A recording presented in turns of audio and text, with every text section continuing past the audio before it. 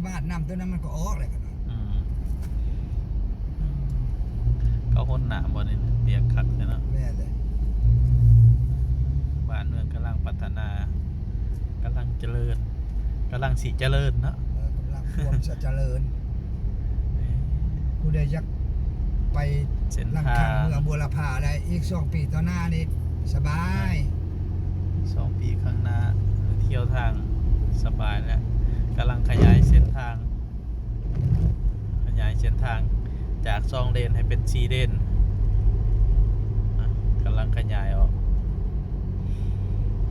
อันนี้เป็นเส้นทางเลขที่12ท่าแขกไปหาลานสากลนเผ่า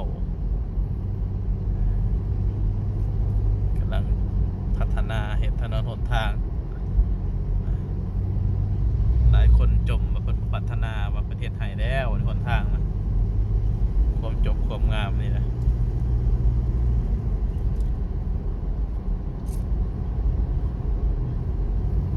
มาอาทิตย์หน้านี่นะคือสีเพียงเลยนี่นะเรียกว่าเขาสิโจไปก่อนบอกว่ามีที่เนาะสิโจไปก่อนเนาะจ่อได้เลยก็ทุ่มเลยเฮ็ดให้เพียงได้เลยเนาะโดยทุ่มเนี่ย20 เส้นแล้วเขาจะจ่อเลยทุ่มขึ้น20 เส้นแล้วเขาจ่อแนวนั้นบ่โดยเพื่อละ20ได้บ่ได้หลายเด้แสดงว่าอมาตย์ทานอีดีเด้นี่เนาะเฮ็ดทางเส้นนี่เนาะย่างขี้ล่าได้75ความแน่นน่ะ75ย่างบ่ได้เด้จะเสียบ่ได้100บ่ได้100อันนี้เขาบ่ให้100จักเทื่อให้คัน100หลายแล้วมันก็แตกคือเก่าเดี๋ยวนี้แบบกระเทือนนะยืดยุ่นได้เนาะโดยแต่ทางงามได้อีก2 ปีผ่านไปปี1นี่ก็สิขาดเยอะนะ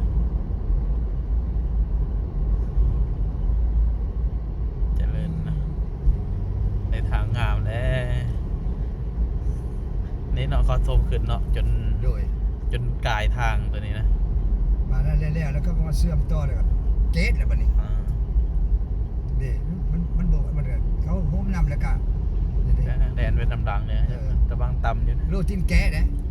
ใช่เลยเนี่ยยับไปสิเลยมาแล้วก็โลเรียบเป็นต่ำปลายครับบ่เห็นบ่ก็ใช่ไหม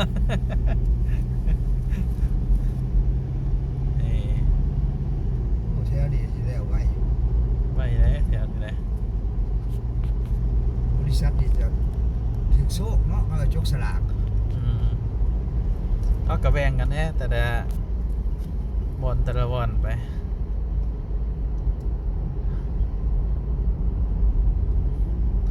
พวกนี้เราบ่ได้แบ่งหลายเนาะแต่กวดน้อยเดียวแล้วเอาดินมาใส่เลย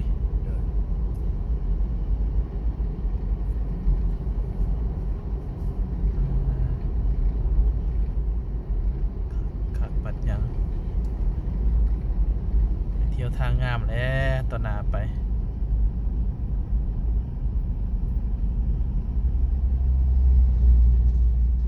นั่นก็หยุดบัดเนี่ย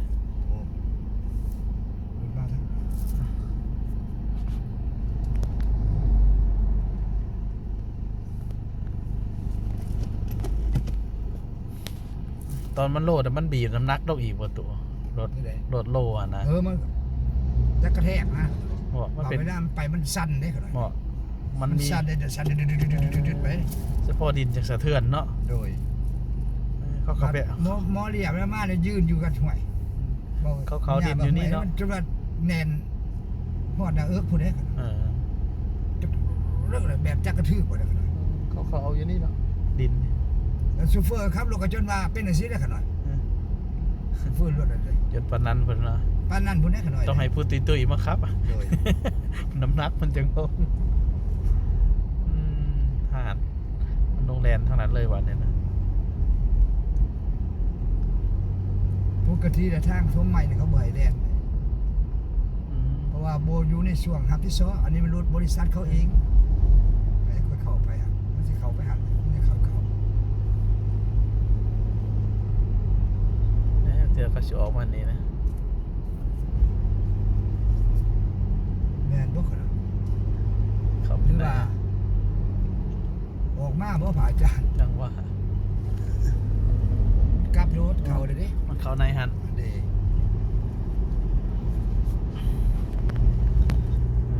หอดนี้วันนี้